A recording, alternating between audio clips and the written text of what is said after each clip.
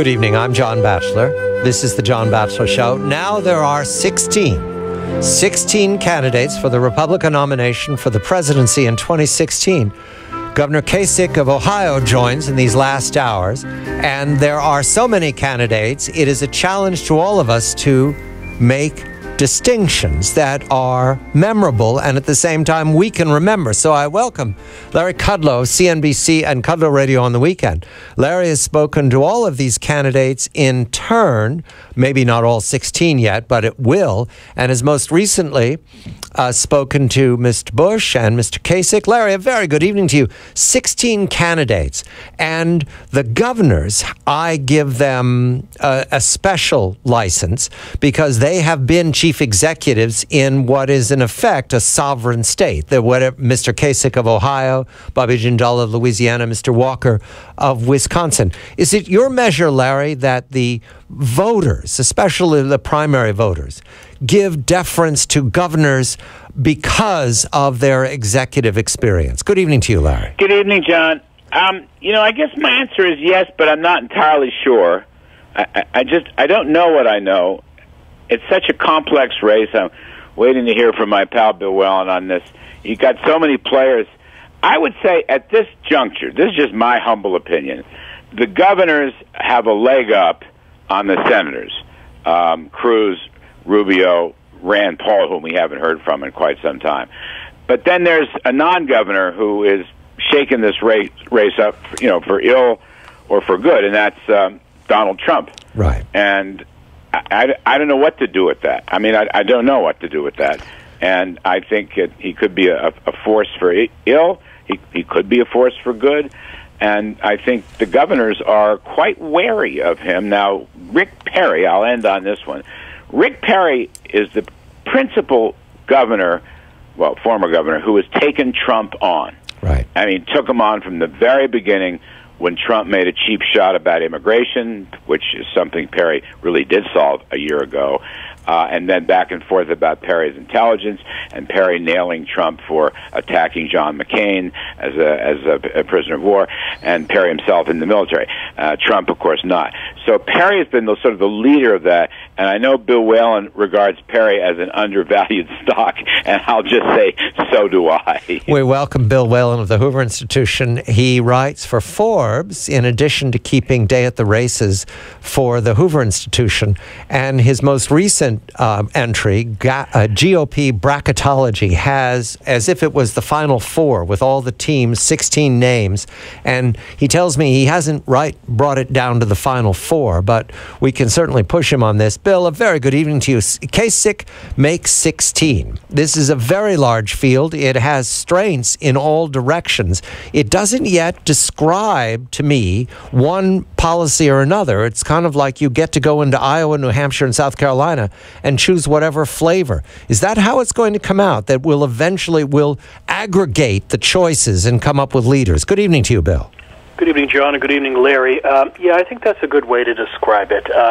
Larry's absolutely spot on in this regard. Donald Trump just controls this field right now. It is, to use a squash metaphor, since Donald Trump was a squash player when he was a younger man, I guess, before he got the war deferment.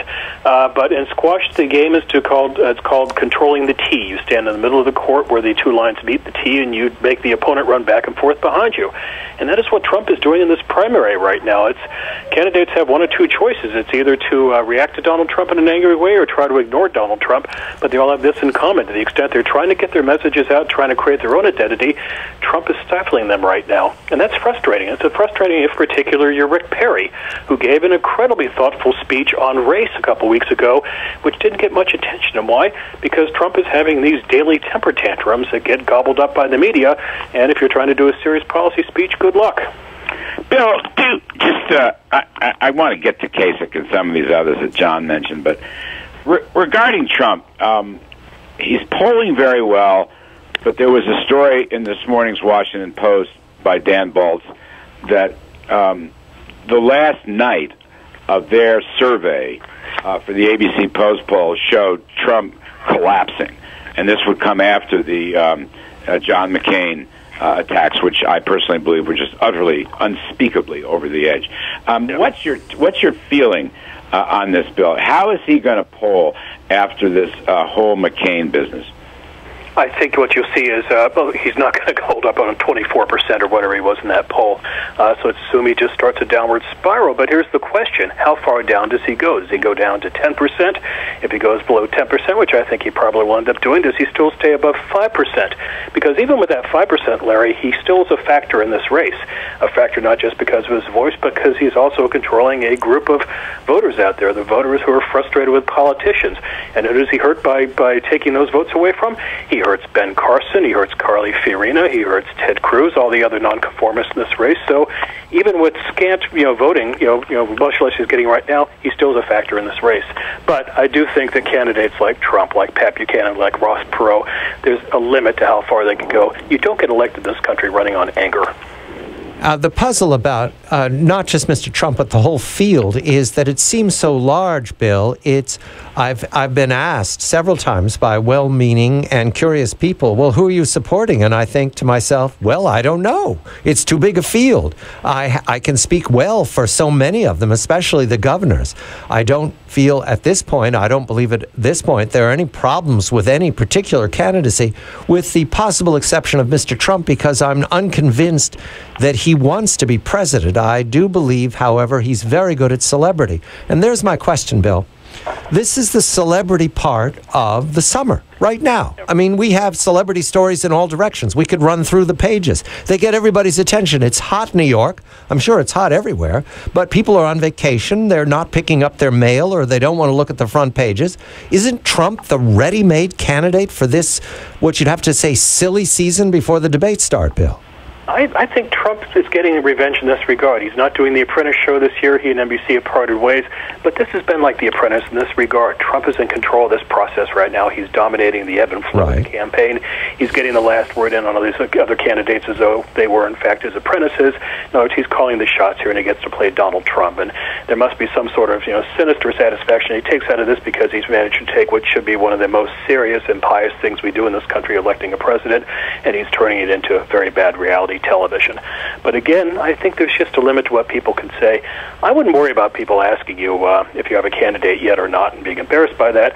You have comedian outs here. You have a debate coming up in a couple of weeks in Cleveland where the first 10 candidates in the field get to go on the stage together. We'll see if somebody shines. We'll see what Trump does. Then you have a debate after that a month later at the Reagan Library, and we'll get to see if a trend continues there, if a candidate who did well in Cleveland carries his weight again, or if somebody else emerges. And I think after those first two debates, you'll see this field crystallize a little bit more. That's fair-minded, Larry. We're going to elect someone who, if successful in the fall campaign, we're going to be with for 4 years, perhaps 8 years, and we want to try them out carefully. I can carefully say right now, Larry, that Donald Trump, 8 years at the White House, would exhaust me as a political commentator. One thing, John, nothing will exhaust you. No, that's it. I cover this thing. I'm mortal, Larry. There's no way I could do that. We've been through so much in the last dozen years. I want to come back, Bill. You said anger doesn't win. I think that's a great insight. And I would merely add to that bad temperament doesn't win either. Right. And my old boss, Ronald Reagan, was a guy who, at the time, was the most conservative candidate this country had seen in decades and decades. But he didn't scare anybody because his temperament was so good. He had a way of speaking it through, Bill, that didn't upset people. It just seems to me Trump is the exact opposite, and that's going to be heavy baggage and dirty laundry for him. Yeah, I think you're exactly right, Larry. There are limits to how far anger gets you. I think Ross Perot probably pushed it to the max. He got, 18% of the vote in 1992, if I'm not mistaken. But this raises the question, if you're a Republican candidate, how do you play Trump? There are those who obviously have to respond to Trump because Trump is attacking them, such as a Jeb Bush, for example. There are others, such as Governor Perry, who have gone after Trump in part because, again, they feel it's personal, their record's under attack. But also Trump is a way to draw attention. And if you're Rick Perry or one of these other candidates who are in the back of the pack and want to find a way to crack the top 10 in that debate, Trump becomes very convenient because you attack him, you get attention. But again, For most candidates, I think you probably need to take it very easy on Trump. Why? First of all, you're playing his game if you attack him. You're just giving him an excuse to go after you. He did it today to Lindsey Graham in South Carolina. I think he actually was so upset with Graham that he told the public what Graham's cell phone number was. I mean, this is the level he plays at. So I don't think you enable him. I think you just let him collapse under his own weight. Figure it this way. He said what he did about John McCain. Who knows what he says in Cleveland? He's just, the more he's Donald Trump out there, the more prone he is to flipping a little bit, going a little too far, and just, again, let him collapse under his own weight. Bill Whalen of the Hoover Institution, Larry Kudlow, CNBC Kudlow Radio on the weekend. We're going to turn to the governor of Ohio. You will all recall Republicans feel very comfortable when they win the state of Ohio in presidential elections. In fact, they've never won without it. So we will discuss the 16th member of the Republican Party to join the presidential race, John Kasich, when we return. I'm John Batchelor.